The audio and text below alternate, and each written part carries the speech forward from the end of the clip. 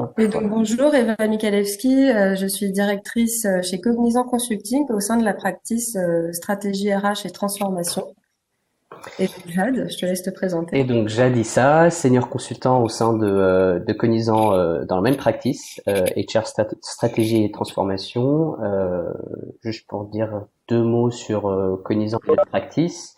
On est spécialisé dans tous les projets de transformation, dans le développement de culture, de management et dans l'accompagnement sur les solutions digitales, RH.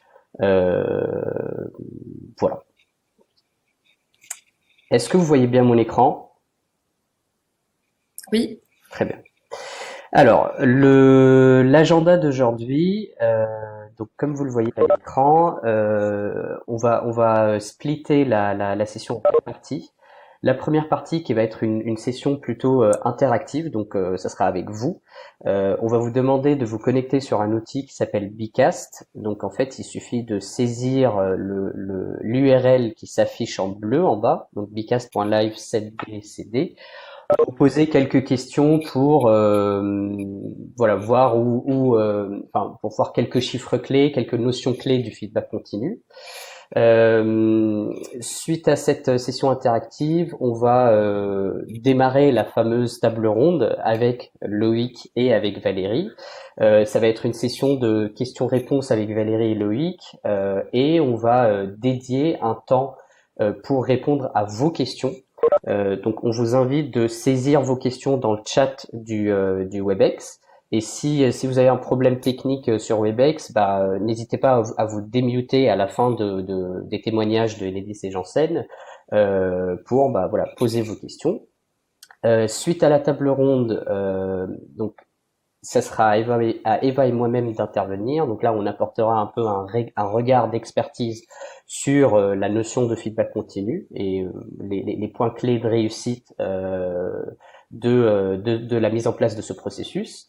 Et enfin, on vous propose ce qu'on a appelé un diagnostic flash.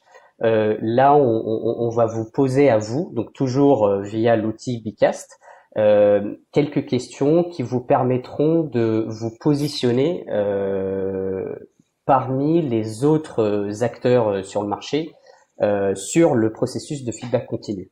Donc, ça sera des questions par rapport à la vie du collaborateur dans votre entreprise, au style managérial, etc., etc. Si vous avez des questions, n'hésitez surtout pas à les saisir sur le chat. Là, ce qu'on va faire, on vous invite à donc vous connecter sur l'outil Bcast. Donc, vous saisissez sur votre smartphone l'adresse qui s'affiche ici, donc bcast.live. Ça va vous demander un code de connexion. Donc, il faut juste saisir 7, D comme Damien, C comme Camille et D comme Damien. Et là, je pense que ça va vous demander votre prénom et votre entreprise. Et on peut démarrer la session interactive. Je vais basculer du coup sur Bcast. Vous aurez toujours les codes. Juste petite précision, cette présentation que je projette à l'écran vous sera envoyée suite au webinar, donc aucune crainte là-dessus. Donc encore une fois, pour ceux qui veulent se connecter, c'est bcast.live sur votre smartphone et le code c'est 7DCD. Prends une minute pour que tout le monde se connecte dessus.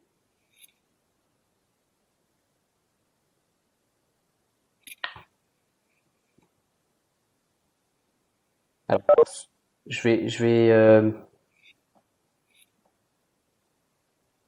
ok, je vois que il y a déjà des saisies. Donc la première question, c'est qu'est-ce que le mot feedback vous évoque? Donc je vois responsabilisation, très bien, effet miroir, effectivement, développement, cadeau, gift, ok, observation, perception de mon action ou attitude, parfait, échange, effectivement, retour d'expérience, retour factuel. Alors c'est très bien parce que ce sont des notions justement qu'on va détailler au fur et à mesure du webinar. Alors qu'est-ce qu'il y a d'autre? Observation, improvement, improvement, développement, une transparence opportunité, aussi, intéressant. exactement. Transparence, échange, gift, progresser, tout à fait. Complet, ok. Alors, on a assertivité. Très bien. Responsabilisation. Échange qui revient plusieurs fois. Développement, on voit que c'est en gros, ça veut dire que plusieurs personnes l'ont saisi, donc c'est une notion clé, effectivement. Attention de la part du manager, tout à fait, tout à fait. Ok. Alors, merci beaucoup pour vos saisies. On va passer à la deuxième question. Donc, là, c'est un chiffre clé. Selon vous, quelle est la part des employés qui ne se sentent pas engagés lorsque leur manager ne donne que peu ou pas de retour? Donc, entre 98%, 60%, 44% ou 23%. Alors, ça se répartit entre 44, 60 et 98. 98 prend... Non, c'est 60% qui a le plus de réponses pour l'instant. 60%, toujours 60%, donc 12 réponses pour 60%, 8 réponses pour 98 et 4 réponses pour 44 et 0 réponse pour les 23%. En tout cas, 23%, oui, on l'écarte. Ok. Alors, le chiffre exact, c'est 98%. Eva, je te laisse Donc, un peu. effectivement, enfin, c'est un chiffre qui semble énorme. 98% des employés ne se sentent pas engagés quand les managers ne donnent pas ou peu de retour. Donc ça montre vraiment l'importance de l'échange et de donner des éléments aux gens sur leur travail, sur ce qu'ils font pour leur faire prendre conscience, les aider à progresser. Ça montre l'importance du feedback. On voit que la plupart des participants ont répondu 60%, donc on sous-estime souvent l'impact du retour qu'on peut faire. Et aussi, si on regarde, donc 43% des gens, des employés se disent extrêmement motivés à l'idée de pouvoir aussi, eux, donner du feedback et donner leur avis. Donc quand on est dans un échange qui est pas seulement d'un manager vers le collaborateur, mais aussi dans l'autre sens. Et après, sur les bénéfices du feedback, on voit qu'un bon taux de feedback augmente de 15% le taux de réussite des projets. Donc, la conclusion, c'est que le feedback, c'est un levier d'engagement des collaborateurs. Ils sont plus engagés, ils sont plus satisfaits, ils vont vouloir s'investir davantage. Par contre, le feedback est à manier avec précaution, et ça, c'est une des notions qu'on verra plus tard dans notre webinaire. Alors, je vois qu'il y a eu des questions sur le chat. Pour la source, j'ai vu une question sur la source. Alors là, c'est une étude qui a été menée en 2000, je pense que c'était en 2019. On peut vous envoyer les sources dans un mail juste après. Il y a eu des articles, il y a eu d'autres études qui ont repris ce chiffre-là en 2019 et 2020. C'est une étude menée par une boîte américaine. On pourra vous envoyer les sources juste après. J'ai pas vu d'autres questions, mais on pourra les revoir tout à l'heure, pendant la session questions-réponses qui vous est dédiée. Alors la troisième et dernière question dans cette première partie, quelle est la part des collaborateurs qui préfèrent un feedback constructif, donc quand on dit constructif, c'est positif et négatif, plutôt que positif uniquement?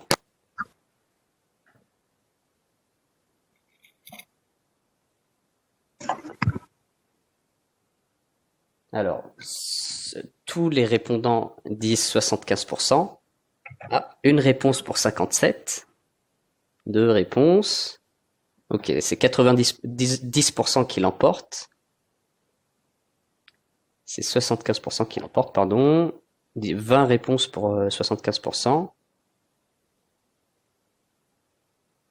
Ok, 22 réponses pour 75%. Alors là, le chiffre, c'est plutôt 57%. Effectivement, 57% des répondants à cette étude pensent que avoir un feedback constructif, donc positif et négatif, préfèrent avoir un feedback constructif, pardon. Quelques notions clés là-dessus. Ce qu'on recommande toujours, c'est en faisant un feedback, on commence par le positif, donc ça capte l'attention de la personne qui reçoit le feedback, pour ensuite mentionner les aspects négatifs ou les points de progrès qui seront écoutés plus attentivement. Ça, c'est une chose. Euh, Au niveau quand on fait un feedback négatif, en fait, ça va déclencher une action d'amélioration. Le collaborateur va lui-même être acteur en fait, il va y aller, il va enclencher une action pour s'améliorer. Et troisième notion aussi qu'on va détailler tout à l'heure, c'est la notion du timing. C'est que ce soit un feedback positif ou négatif, donc un feedback constructif, il faut le faire dès que nécessaire, sans attendre. Il faut jouer sur le timing. Voilà. Ça, c'était notre première session interactive. Donc, merci d'y avoir participé. Restez sur Bicast, donc gardez vos smartphones à côté parce qu'on en aura besoin tout à l'heure. Et ce qu'on vous propose, c'est de démarrer du coup la table ronde avec Loïc et Valérie. Euh, voilà, je vais laisser alors Valérie se présenter, nous présenter le projet d'Enedis, les objectifs et quels ont été les enjeux. Et ensuite, on présente, enfin, Loïc va se présenter et on va démarrer la session questions-réponses. Valérie, je te laisse la parole.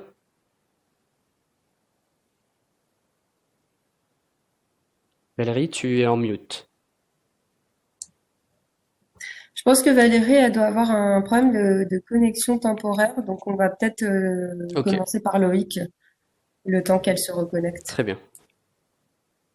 Loïc, Oui, parfait. Vous m'entendez bien? très bien. Donc, écoutez, bonjour à tous. Donc, je suis Loïc Galmarche. J'appartiens au groupe Johnson Johnson. Je travaille pour la filiale Janssen, actuellement dans l'organisation stratégique européenne.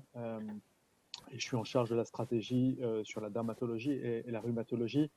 Et j'ai eu la chance de faire partie, il y a quelques années, d'une initiative qu'on avait lancée dans la filiale France, qui s'appelait From Good to Great, qui était en fait une initiative de change management, qui s'est inscrite dans le sillage d'une restructuration organisationnelle de la filiale, qui avait pour objectif de booster la performance de notre organisation et de la préparer aux nouvelles ambitions du groupe Johnson Johnson, qui arrivait pour la fin de la décennie. Un des piliers de ce projet était le développement du leadership inspirationnel et une des composantes de ce pilier leadership inspirationnel était le développement de la culture du feedback. Et donc, ce qu'on a fait, c'est qu'à travers une série d'ateliers, de communication et diverses initiatives, on a vraiment invité les équipes à se familiariser avec des techniques, des méthodes qui leur a permis de les tester au fil de l'eau et ensuite d'avoir une adoption graduelle et en routine qui a permis à la fin justement l'acquisition d'une nouvelle culture du feedback comme un catalyseur de la performance. Il faut savoir qu'on était déjà plutôt assez bien organisé. On avait la chance d'être chez Janssen, d'avoir beaucoup d'outils de communication, d'avoir des échanges entre les managers et leurs collaborateurs très structurés. Au fil de l'eau, on a des conversations tout au long de l'année. On avait aussi à disposition d'autres outils comme les 360 qui permettaient justement d'avoir une vision pour le collaborateur de ce qui se passait autour de lui et de pouvoir capter à différents moments de l'année un certain nombre de feedbacks. En revanche, on avait identifié qu'on avait un manque de spontanéité en dehors de ces temps très bien structurés, très bien organisés. On avait un manque de spontanéité finalement dans l'échange journalier, quotidien entre les collaborateurs et dans la capacité des collaborateurs à générer des feedbacks entre eux aussi et pas seulement dans la chaîne managériale. Donc en fait, on avait ces enjeux de performance et de leadership à ajuster à l'aune des nouvelles ambitions de l'entreprise. Comme je vous l'ai dit, 2016 était un moment clé de la vie de notre entreprise, un moment de bascule. Et puis voilà, on avait ce processus de feedback quelque part qui était presque trop orchestré autour des conversations et qui manquait de spontanéité. Puis on avait identifié un autre point aussi qui peut paraître un peu étonnant, mais on avait déjà bien ancré une culture de la bienveillance et je pense qu'on pouvait se targuer chez Janssen d'avoir une entreprise qui était assez bienveillante et les collaborateurs comme les managers étaient assez bienveillants entre eux. Et du coup, pour certains, en fait, il y avait une espèce d'injonction paradoxale entre la capacité à donner des feedbacks et à toujours être dans la culture de la bienveillance, ce qui était nécessairement une erreur, mais pour de nombreux collaborateurs, en fait, il y avait cette difficulté, notamment à donner des feedbacks qui n'étaient pas que positifs. Donc, on voulait réconcilier tout ça et aider l'ensemble des collaborateurs, pas seulement les managers, à rentrer dans une nouvelle dynamique plus spontanée, plus régulière, dans l'objectif de créer une boucle courte d'apprentissage et d'amélioration continue des pratiques et donc du développement du collaborateur aussi à travers le feedback qu'il ne recevrait pas que de ses managers ou des gens qui travaillent autour de lui, mais potentiellement de tous les gens avec lesquels il avait des interactions. Et l'objectif donc ultime, c'était vraiment de catalyser la performance de l'entreprise en permettant aux collaborateurs de toujours corriger sa trajectoire et de se développer plus rapidement. Donc, c'était vraiment l'objectif de catalysation du développement du collaborateur. Ok. Merci beaucoup, Loïc. On reviendra vers toi dans quelques minutes. Valérie, est-ce que tu es avec nous à nouveau? Oui, tout à fait. Bonjour. Désolée. Re-bienvenue. Alors, je te laisse te présenter, Valérie, et présenter les objectifs du projet, les enjeux, et puis on passera à la session questions-réponses. Très bien. Bonjour à tous. Donc, je suis effectivement à Enedis, dans une direction régionale Île-de-France Ouest, donc qui comporte effectivement 3 départements, les 3 départements de l'Ouest parisien. Nous sommes dans cette entité opérationnelle 1700 collaborateurs et nous avons 2,3 millions de clients. Et donc, la démarche de feedback en quelques mots, nos objectifs, en quelques mots, c'est en fait notre projet s'appelle Feedback Continu. C'est une démarche en fait qui s'adresse à tous nos collaborateurs.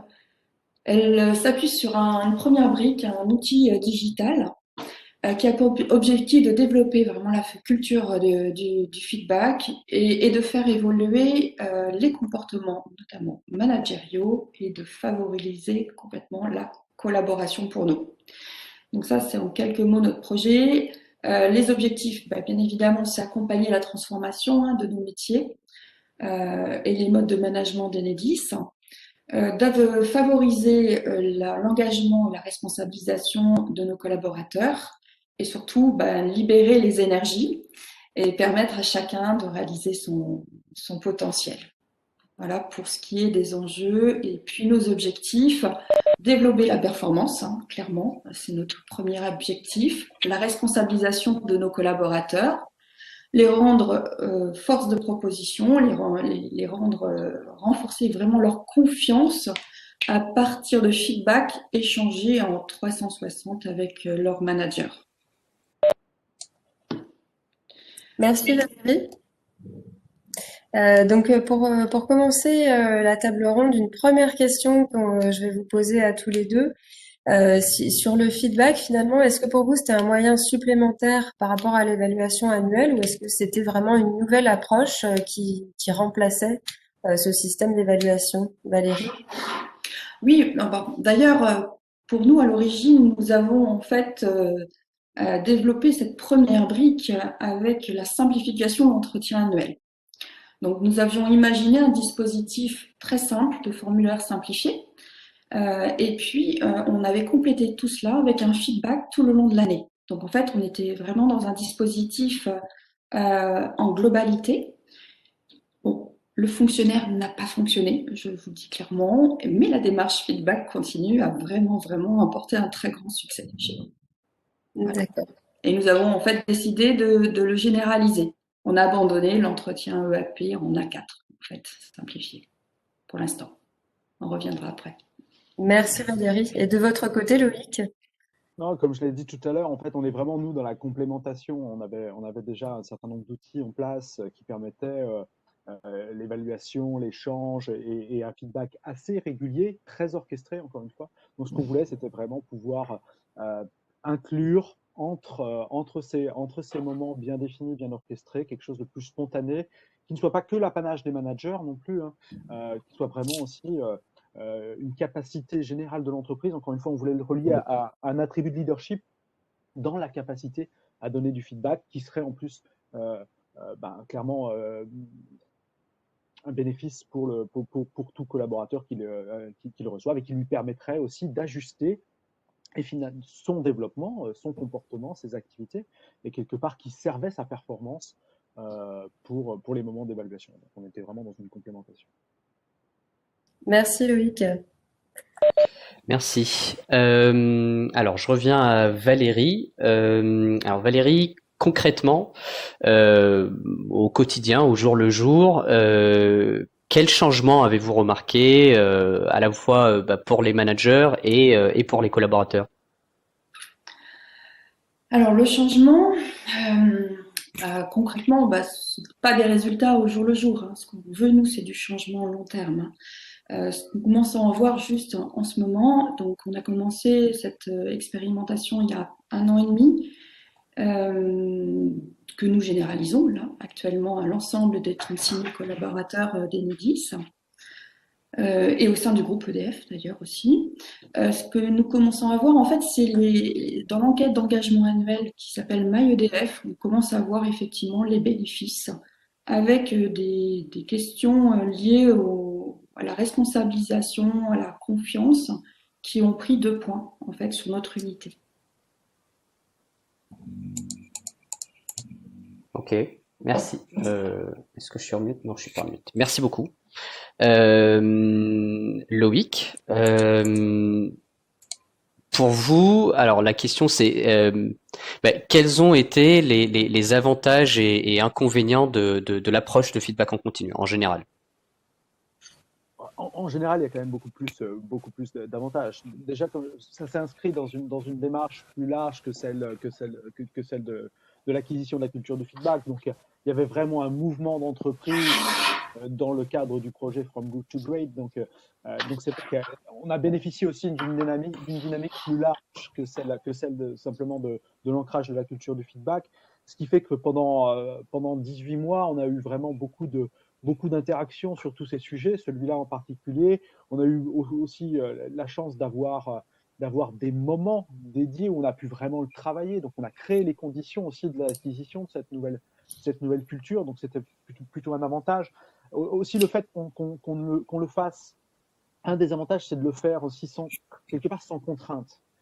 Puisqu'on n'est pas dans l'adoption d'un outil, on n'est pas dans l'adoption ou dans un changement pratique radical, où forcément la résistance au changement est souvent plus présente. Donc là, on était quelque chose de plus.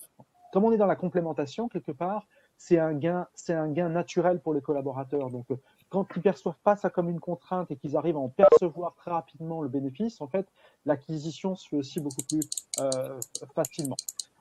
La problématique, après, si un des avantages il y a, c'est que comme on est dans un changement culturel, ok, et pas forcément forcé, justement, ça peut prendre un peu plus de temps.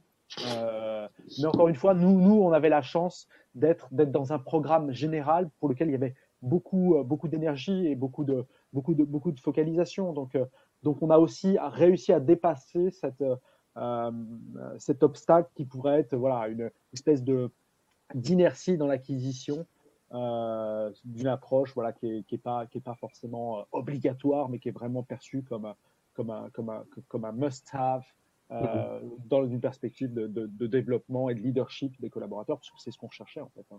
On Mm. cherchait vraiment aussi à développer le leadership des gens à travers leur capacité aussi à donner du feedback. Ok. Justement, Loïc, tu parlais des changements culturels. Est-ce que l'enjeu était plus de faire que les gens y pensent ou bien qu'ils osent à faire des feedbacks ou à demander des feedbacks? Non, je crois qu'on était dans le oser, c'est vraiment le bon terme. Et encore une fois, ça peut paraître paradoxal, mais on avait identifié que pour beaucoup de collaborateurs, voilà, il y avait cette difficulté à conjuguer la bienveillance et le feedback, parce que pour aussi, enfin, pour ces gens-là, en tout cas, il y avait une espèce de mauvaise croyance que le feedback nécessairement serait rude ou ne pouvait être que positif à l'autre opposé. Donc, les gens n'avaient pas forcément cette capacité à conjuguer les deux en disant oui, mais je vais peut-être être un peu rude avec quelqu'un si je lui fais un feedback un peu négatif, bien que constructif. Donc, en fait, voilà, c'est ce qu'on a cherché à faire exploser. En fait, hein. C'est des mythes comme ça qui s'étaient ancrés sous couvert de bienveillance. Et je pense que ça a plutôt bien fonctionné. Donc, ça a ouvert aussi, ça a libéré les gens parce on s'est tous reconnus dans le fait que on a tous reconnu le fait que le feedback était un cadeau, comme ça a été dit dès les premières minutes de la table ronde. Et donc, du coup, les gens se sont sentis beaucoup plus libres en fait à oser le faire en sachant qu'il y avait finalement beaucoup de bienveillance dans le fait de donner un feedback, même s'il n'était pas toujours positif. Ok, merci. Super intéressant. Merci Loïc. Alors maintenant une question pour Valérie, puisque Valérie, vous nous avez dit, vous avez mis en place un outil. Donc c'est Five Feedback. Alors est-ce que vous pourrez nous expliquer un petit peu en quoi ça consiste et quel était le but de mettre en place cet outil? Et puis ça rejoint, alors j'ai deux questions dans le chat. Il y en a une qui réagissait par rapport quand vous disiez que le formulaire que vous souhaitiez mettre en place n'avait pas fonctionné, bah pourquoi? Et puis sur l'outil, bah dites-en-nous un peu plus sur notamment Alors la question c'est quel type de questions contiennent vos outils de feedback digitaux? Voilà. Ok. Donc le formulaire déjà, pourquoi il apparaît ici? Ça va être rapide parce qu'en fait on était trop ambitieux et puis en fait on est trop précurseur. Je pense que ce formulaire-là, typiquement dans 5 ans il remarchera. Mais en conduite du changement, on a été trop rapide et il n'a pas eu l'adhésion parce qu'on était sur des engagements de valeur, des engagements beaucoup plus de collectif. Et là pour l'instant, on n'est pas encore dans cette malheureusement dynamique. Nous sommes en fait un service public, hein, donc faut, avec un management qui est plutôt directif. Et nous, ce que nous souhaitons choisir, avancer, c'est sur cette transformation managériale et de responsabilisation de tous les acteurs. Donc là, c'est effectivement ce qui a bien marché, c'est cette première brique de feedback continu. Donc, c'est quoi en fait le feedback continu? Donc, c'est une première brique qui est composée d'une application qui s'appelle File Feedback, qui nous permet en fait de demander, d'acculturer. Enfin, notre objectif, c'est acculturer au digital et acculturer au feedback surtout au feedback. L'ensemble de tous les collaborateurs. Donc nous, par exemple, le premier périmètre, les 1700 collaborateurs, nous avons très peu de cadres. Nous avons à peu près 200 cadres. Ça veut dire qu'effectivement, on doit embarquer et le collège exécution et le collège maîtrise. Donc on est passé sur un outil très simple, cette acculturation, avec effectivement 4 questions claires, des points forts, un jeu de mots, effectivement, on choisit des mots-clés, nos points forts, optionnellement, dans un premier temps, les points de progrès, et puis effectivement, on se donne un feedback en 30 secondes. Donc ça, c'est rapide. Le développement est très, très simple, puisqu'en 7 minutes, allez, 15 minutes grand max, on a mis en place cette démarche de feedback continu. C'est ça aussi l'atout. Et il est sur la base du volontariat, surtout. Volontariat, c'est complètement anonyme. Alors, on l'a voulu comme ça parce qu'on est vraiment dans l'acculturation. On est encore très, très loin de ce que propose Loïc à ses collaborateurs. Voilà, donc on initie ceci. Et pour cela, il faut rassurer, il faut responsabiliser. Et on croit vraiment à cette responsabilisation via le feedback. Alors nous, les feedbacks qu'on a associés, en tout cas ce qu'on demande, c'est du comportemental, où c'est lié effectivement à un événement. Et petit à petit, on voit nos collaborateurs demander des feedbacks en face à face. Donc ça, c'est notre première réussite. Voilà. Je ne sais pas si j'ai répondu à l'ensemble des questions. Merci, oui. Oui. Et alors de votre côté, Loïc, vous nous avez parlé d'outils de 360. Quels sont les outils que vous avez utilisés, que vous avez mis en place? En fait, les outils étaient déjà en place, hein. Comme je vous l'ai dit, on avait la chance d'être plutôt bien outillés, d'avoir la possibilité au fil des grandes conversations dans l'année, d'avoir recours au feedback et on avait aussi déjà les outils 360 qui étaient en place et connus, donc qui pouvaient être activés euh, pas à loisir, mais je dirais assez facilement. Et on était plus dans cette recherche de spontanéité. Et ce qu'on a voulu, en fait, c'était aider les gens à avoir des petites techniques au quotidien pour savoir comment présenter, comment ouvrir les choses. Et euh, une, une, une des techniques, par exemple, qu'on avait utilisées, enfin, qu'on avait essayé euh, d'infuser ou en tout cas de transmettre à, à l'entreprise via des ambassadeurs du feedback. D'ailleurs, on a aussi créé des ambassadeurs du feedback qui étaient là pour catalyser aussi l'acquisition de cette nouvelle culture.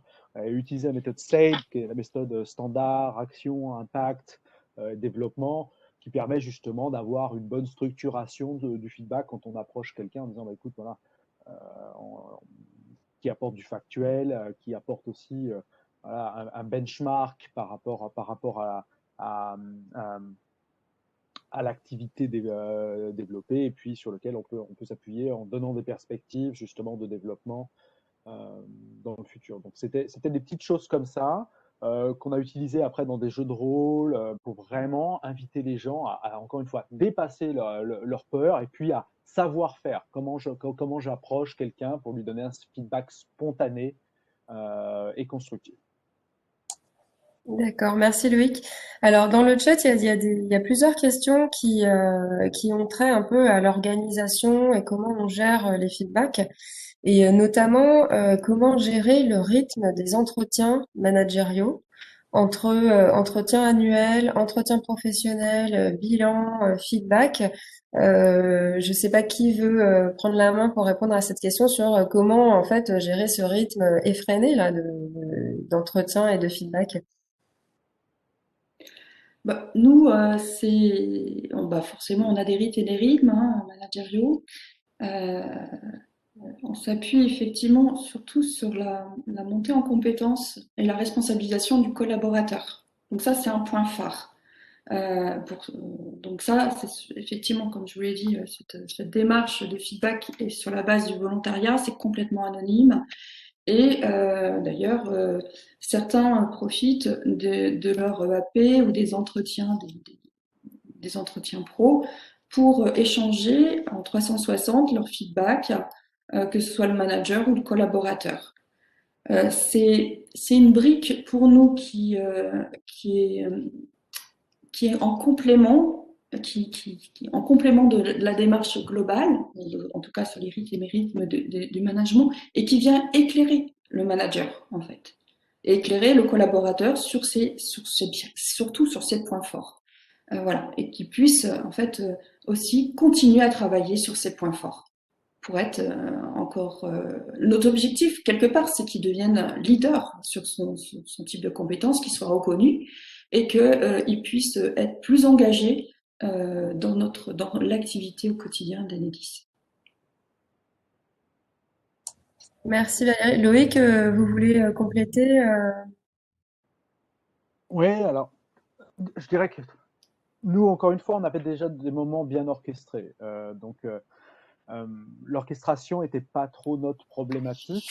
C'était déjà bien établi. Et il y avait déjà des repères pour les managers et les collaborateurs. Donc, ils savaient comment faire. Et je reviens sur ce mot de complémentation parce qu'on était vraiment dans cette idée d'avoir spontanément, pas forcément avec enfin, il n'y avait pas une fréquence prédéterminée, mais l'idée c'était d'avoir un bénéfice incrémental pour le collaborateur, pour lui, pour son développement et pour la performance d'une équipe. Il faut savoir que nous, on a une organisation qui est quand même assez hybride, hein. On a du matriciel, on a toujours un petit peu bien sûr, de verticalité et de hiérarchie dans nos organisations, mais beaucoup de rôles dans l'entreprise sont aussi des rôles de leadership cross-fonctionnel. On n'a pas forcément, entre guillemets, autorité managériale.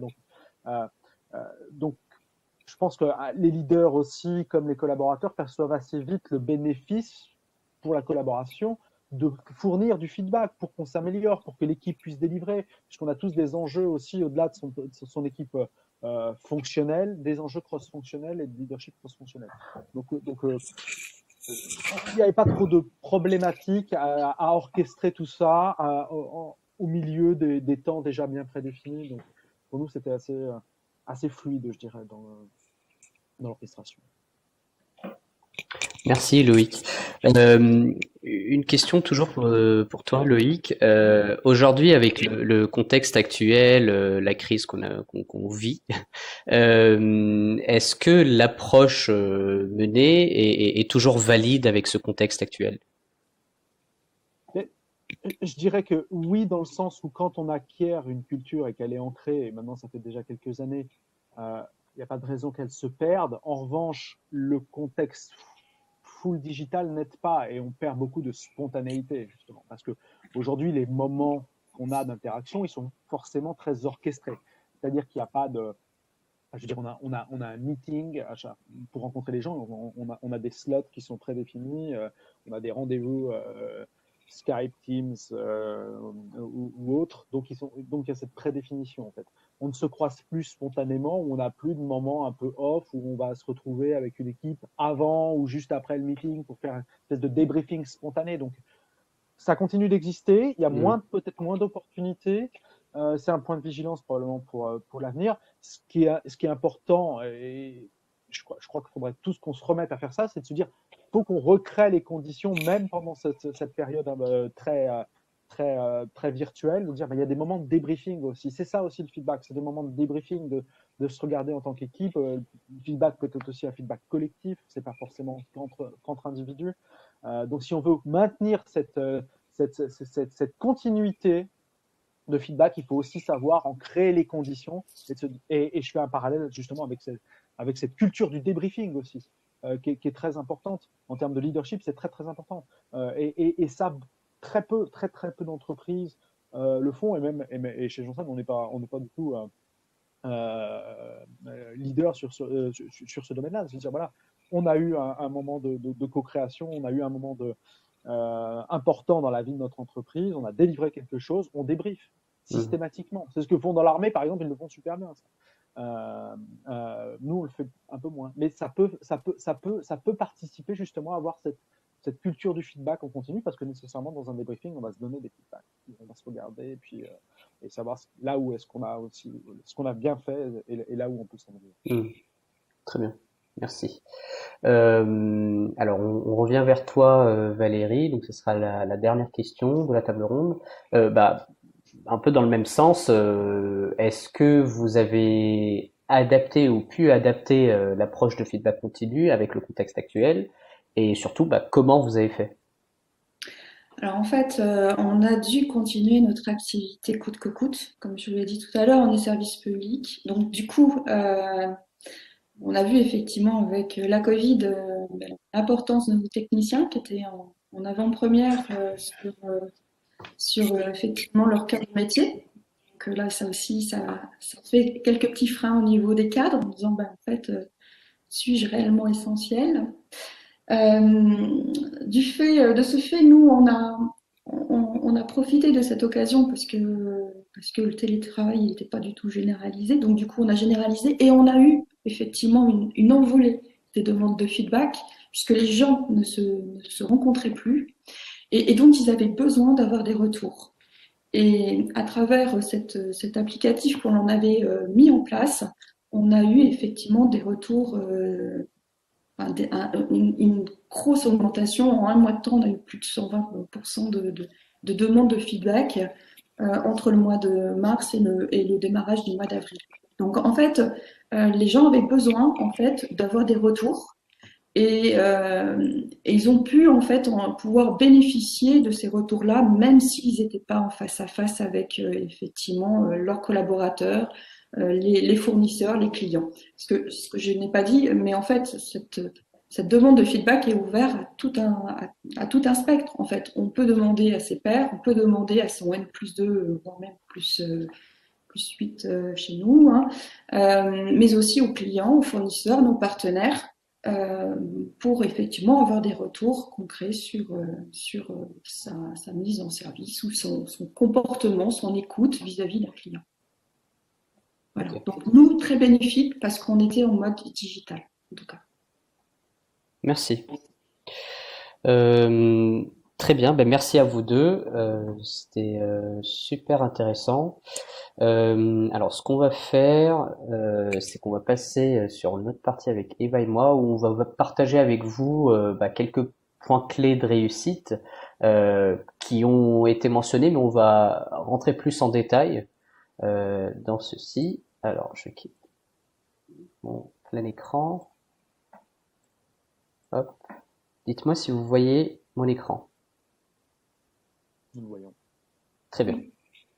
Ouais, merci Jade.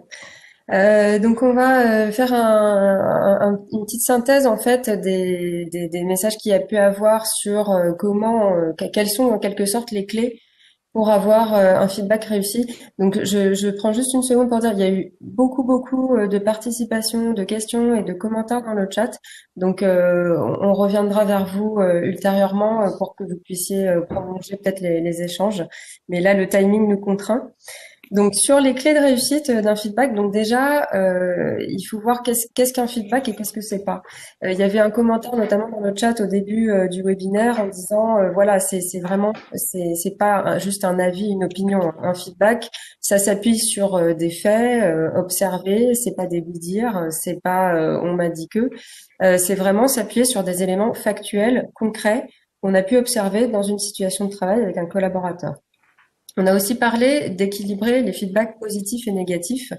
Donc c'est vraiment, enfin on l'a vu hein, sur les petits chiffres clés du début et les sondages, un collaborateur ou enfin la personne qui reçoit le feedback sera plus à l'écoute si on a su déceler des points positifs, mais est aussi et principalement intéressé par des points négatifs qui sont en fait des points d'amélioration parce qu'effectivement on apprend de ses erreurs et c'est en étant confronté à un échec qu'on rebondit, qu'on se relève et qu'on progresse.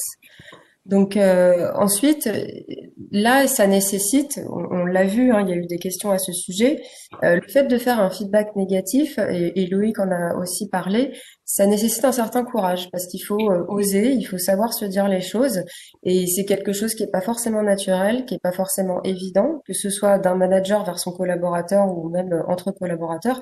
Et donc là, il y a un vrai travail à faire au sein de l'entreprise qui veut mettre en place le feedback pour accompagner ce changement de posture pour aider à donner les bonnes clés, les bonnes méthodes pour faire des feedbacks et notamment auprès des managers qui vont être on voit, on passe d'un mode de management directif à quelque chose qui est plus dans l'accompagnement, dans le développement des collaborateurs. Et ça s'accompagne et ça s'apprend. Donc, il y a accompagner le changement de posture des managers vers un rôle plus de coach et aussi accompagner l'ensemble de la mise en place du feedback sur donner les méthodes et comment on le fait correctement. Et alors, il y a aussi l'idée que justement, ça peut venir du manager, mais c'est aussi le collaborateur qui peut s'exprimer. Exactement. Justement, là où le feedback devient encore plus enrichissant, c'est quand c'est multidirectionnel. Ça, c'est une notion clé à avoir en tête. En gros, on a beaucoup parlé du collaborateur qui reçoit des feedbacks de son manager sur ce qu'il fait, ses points d'amélioration, etc. Mais il faut aussi mettre l'accent sur le développement du manager même. En gros, le feedback est là pour remercier, féliciter, mais aussi faire développer les compétences managériales du manager. Dites-vous, en gros, alors qui est le plus apte à donner son avis autre si ce n'est que le collaborateur, le N-1 du manager, pour donner son avis sur son manager, ou bien même les collègues du manager ou l'équipe avec qui il travaille opérationnellement. Alors, vous allez me dire, oui, mais ce n'est pas facile, il faut beaucoup de travail pour arriver à cette culture, etc. Certes, mais comme le disait Eva, ça doit être accompagné. Nous, on recommande ça ça doit être accompagné par un programme de changement, par un changement de mentalité et de culture. Donc c'est là où la notion de formation et de coaching, pas seulement des managers, mais des collaborateurs également, rentre en jeu. On apprend à oser, on apprend à trouver le bon moment et à créer en fait l'événement déclencheur pour le feedback. Justement, ça nous ramène vers l'autre point clé de réussite, la création de l'événement déclencheur. Donc là, il y a la notion de timing. Le timing dans le feedback est assez crucial. En gros, si on attend des semaines pour féliciter un collaborateur de son implication sur un projet ou d'une bonne action qu'il a menée sur un projet, attendre des semaines, ça n'a absolument pas de sens. De la même façon, pourquoi on devrait attendre une échéance annuelle, donc par exemple l'entretien annuel, pour parler d'un problème ponctuel? Imaginez un peu la frustration du collaborateur qui doit justement attendre cette échéance pour qu'on lui fasse un retour sur ses projets, sur son travail au jour le jour, ou bien même qu'il demande une formation sur un point de progrès qu'on aurait pu relever lors d'un feedback régulier. Justement, ce qu'on recommande, c'est qu'on travaille sur la spontanéité, comme le relevait Loïc par exemple, sur la spontanéité des échanges. En gros, je viens d'avoir une réunion, je remarque que le collaborateur a pris une très bonne initiative, il a très bien mené cette tâche, et je le félicite juste après. Dans l'autre sens, si je remarque qu'il a manqué de rigueur sur certaines choses, justement, je crée l'opportunité juste après la réunion, je le sollicite pour savoir ce qui s'est passé et ce dont il a besoin pour s'améliorer et pour travailler sur ce point-là. Alors, bien sûr, traiter un problème à chaud n'est peut-être pas toujours la meilleure façon de faire. Il faut être maître de soi-même et savoir quand il faut ou faut pas faire un feedback. En gros, si par exemple je sors d'une réunion et que je suis très énervé à cause de comment le projet a été mené ou comment la réunion a été menée, c'est peut-être plus opportun d'attendre que ça descende, que je me calme pour faire un feedback, parce que si je fais un feedback en laissant mes émotions parler, là ça ne va faire que braquer le collaborateur et ça ne va faire que empirer la situation. Juste dernière notion sur le timing, avant de passer sur l'autre point clé de réussite. Si vous trouvez que le passage de quelques échanges formels ou d'un entretien annuel à des feedbacks réguliers et continus, que le passage est trop brutal, vous pouvez proposer un cadre à vos collaborateurs. Je prends l'exemple de Adobe, par exemple, qui ont mis en place un processus de feedback continu et qui, en plus de proposer la spontanéité aux collaborateurs, ils proposent une relance. En fait, ils font une relance toutes les 8 semaines aux collaborateurs et aux managers pour les inciter à faire un feedback. Voilà, c'est un petit rappel. Et un an après, Adobe, on voit en fait que les indicateurs d'épanouissement des collaborateurs, par exemple, sont nettement meilleurs. Pareil, là, on a la source, on peut vous l'envoyer et voilà, ça affecte positivement l'épanouissement des collaborateurs. Alors ça, c'était au niveau du timing. Un autre point clé qu'on aimerait partager avec vous, c'est tout ce qui touche au développement des compétences. En gros, le principe du feedback continu est, voilà, on est dans le régulier, mais il ne faut pas non plus que le feedback devienne une évaluation permanente. Il ne faut pas qu'on évalue, que ce soit un moyen d'évaluer le collaborateur en permanence. Le but ultime du feedback, c'est vraiment de transformer le quotidien, le jour, en un véritable territoire d'apprentissage. On fait un feedback sur les situations réelles, concrètes, vécues, pour les exploiter en du presque instantané. Et le fait de solliciter le collaborateur sur ce concret-là, en fait, pendant le feedback, on mentionne ces situations-là et il faut qu'on propose au collaborateur de lui-même trouver des solutions, trouver des solutions, et de facto, en fait, il sera enclin à se fixer des objectifs plus structurés, plus ciblés, liés au point de progrès qu'on a mentionné. Donc c'est là où la notion de objectif SMART rentre en jeu. Voilà, ça c'est une notion. Et dernière notion que je vais partager avec vous, c'est tout ce qui touche à l'innovation. En gros, nous voyons aujourd'hui que les collaborateurs sont de plus en plus demandeurs d'apprentissage, de responsabilité, d'évolution rapide. Euh, Tout ça, c'est lié en fait à l'arrivée des ce qu'on appelle les nouvelles générations, tout ce qui est millennials et génération Z. Mais pas que. Nos métiers aujourd'hui subissent plein de mutations. Donc les compétences aussi subissent plein de mutations également. C'est là où il faut s'adapter assez rapidement au changement. Il s'agit en fait de dépasser le référentiel compétences, ou plutôt de le rendre vivant, et de lui donner une nouvelle utilité qui est plus concrète et plus opérationnelle. Si on combine ces trois éléments, donc les mutations des métiers, la volonté du collaborateur de évoluer rapidement, etc., et l'identification des points de progrès via les feedbacks, tout ça en fait va pousser le collaborateur à se dépasser et justement à trouver de nouvelles solutions innovantes qui vont lui permettre de progresser régulièrement. Voilà. Et je laisse Merci. prendre le Merci temps. Chad. Oui, et pour vous parler rapidement donc de le dernier axe qui concerne un peu tout ce qui est justement reporting et documentation. Donc c'est vrai que quand on met en place le feedback continu, on va changer de mode de fonctionnement parce qu'avant on était sur un bilan vraiment ponctuel avec des grandes lignes, peut-être quelques exemples. Et avec le feedback continu, on va être sur des retours qui sont plus variés, plus riches et qui vont envisager une multitude d'axes d'amélioration. Donc l'objectif, c'est pas de sanctionner une période, mais plus de mesurer le chemin parcouru. Et donc il est important de pouvoir collecter les informations échangées lors des feedbacks et d'en garder une traçabilité. Et c'est comme ça que pour prendre en compte les feedbacks dans une évaluation annuelle, on pourra capitaliser sur les feedbacks et on sera capable de mesurer les progrès réalisés en continu. Et c'est là que les outils sont intéressants.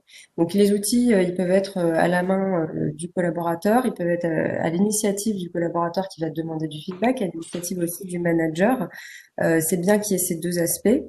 Valérie nous a parlé donc de Five Feedback et j'en profite aussi pour faire le lien avec des questions que j'ai vues dans le chat sur l'anonymat et la confidentialité des échanges dans les outils. Donc en fait, oui, il y a une confidentialité, à savoir on a un peu le feedback qui va s'organiser comme une sorte de mini-sondage et si on n'a pas suffisamment de répondants, on n'aura pas de résultat pour garantir la confidentialité. Donc ça permet aussi aux gens de parler plus librement sous couvert d'anonymat. Et alors les réflexions dans le chat, c'était est-ce que il n'y a pas un effet un peu réseaux sociaux? On est caché derrière son écran et puis on dit des choses pas très, enfin de façon peut-être pas très sympathique. Pas vraiment. En fait, dans les outils, on s'aperçoit que les gens sont plutôt bienveillants. Quand ils donnent du feedback, ils le font dans un état d'esprit où c'est pour faire progresser. Donc il n'y a pas vraiment ce biais-là. Et puis sur l'anonymat, on va dire la validité des feedbacks, au-delà juste de la confidentialité de l'anonymat, il y a aussi des mécanismes dans les outils qui permettent d'aller en quelque sorte contrôler et vérifier. Est-ce qu'il y a eu suffisamment de feedback sur un axe pour qu'il puisse être considéré comme valide? On peut aussi vérifier les adresses mail des gens qui ont donné le feedback pour voir si c'est pas des adresses fantaisistes ou de la famille ou voilà. Donc il y a quand même des mécanismes de contrôle dans les outils qui permettent de tempérer un peu et en tout cas d'encadrer ce feedback. Voilà, donc les outils vont permettre de faire une rétrospective, pardon, de garder vraiment une trace et comme ça de capitaliser sur tout ce qui est dit lors de ces conversations tout au long de l'année. Voilà, on a atteint la fin du timing. Donc, j'espère que ces quelques éléments vous auront éclairé. On a vu qu'il y avait encore pas mal de choses dans le chat, donc on vous propose de rester en contact par la suite. Alors sur le diagnostic qu'on avait prévu, manifestement, on n'aura pas le temps. Donc Jade, si tu veux expliquer comment on peut gérer ça ensuite, peut-être Oui, bien sûr. en one-to-one. Alors comme on le disait au début, on prévoyait faire avec vous en live sur Bcast un diagnostic flash où on vous pose des questions en fait sur votre organisation, votre style managérial et la vie du collaborateur dans votre entreprise. Mais bon, là on n'a plus le temps. Ce qu'on va faire, on va revenir vers chacun de vous en fait et on va faire ce diagnostic avec vous individuellement. Et pour que ce soit encore plus intéressant, on va récapituler toutes les réponses à ce diagnostic et on va vous positionner individuellement dans la moyenne des répondants pour voir. En fait, on a quantifié, si vous voulez, les réponses pour voir où vous vous positionnez et où est-ce qu'on pourrait identifier des points d'amélioration ou bien même des points où vous êtes fort en fait, tout simplement. Voilà. On vous appellera individuellement. Je pense qu'on a les points, les numéros de téléphone via Eventbrite pour, comme je le disais, faire ce diagnostic avec vous. Voilà, et pour alors les prochaines étapes pour clôturer et répondre aussi aux dernières questions du chat, donc il y a un replay puisque la session a été enregistrée, donc si pour ceux qui ont loupé la fin, ils pourront le voir. On va vous envoyer donc un questionnaire de satisfaction pour voir si vous avez apprécié le webinaire. Et comme on a vu qu'il y avait pas mal de réactions, pas mal d'échanges, si vous souhaitez poursuivre peut-être l'échange avec Valérie et Loïc, soit pour leur demander encore plus de retours, soit aussi pour vous leur apporter vos retours d'expérience, n'hésitez pas à nous le signaler et puis on vous mettra en contact. Voilà. Donc merci à tous d'avoir participé à ce webinaire. J'espère que vous en avez retiré des éléments intéressants qui vous éclairent un peu plus sur la démarche de feedback. Et si pour la moindre question, n'hésitez pas à nous contacter et nous on reviendra vers vous. Merci beaucoup. Merci Loïc, merci Valérie. Bonne journée. Merci à tous les deux.